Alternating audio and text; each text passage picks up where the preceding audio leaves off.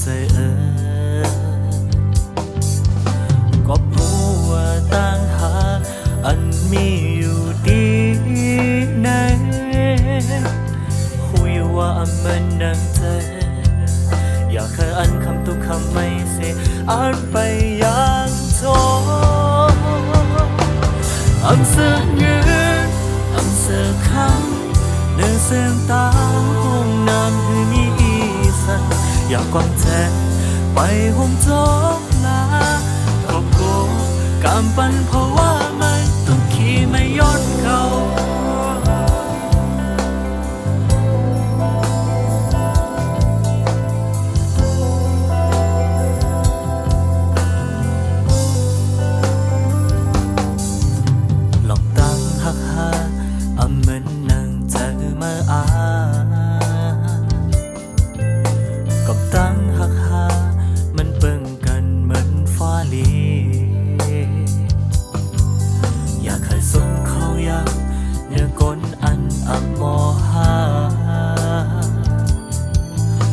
สิสมเขาอยาก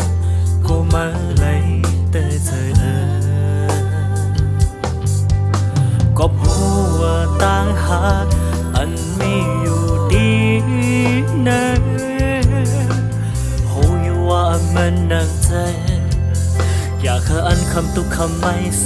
อันไปอย่างทออันเสือเงินอันเสือคำเดินเส้นตาห้องน้ำหรือมีอีสันอยากวางใจไปห้องจบนะ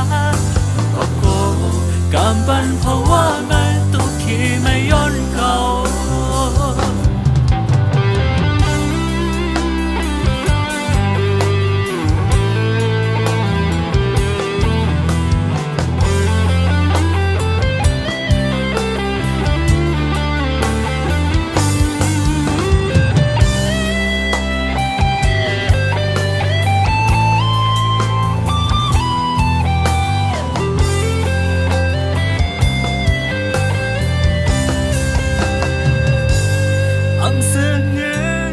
อันเสือคำเนื้อเส้นต่างห้องน้ำคือมีอีสันอยากวางเธอไปห้องจบนะก็โกกำปั้นเพราะว่ามันต้องขี่ไม่ย้อนเขาอันเสือเงินอันเสือคำเนื้อเส้นต่างห้องน้ำคือมีอีสันอยากวางเธอไปห้องจบนะก็โกกำปั้นเพราะว่ามันต้องขี่ไม่ย้อนเขาอยากวางเธอปล่อยห่มจบนะก็โกกำปั้นเพราะว่ามันต้องขี่ไม่ย้อนเขา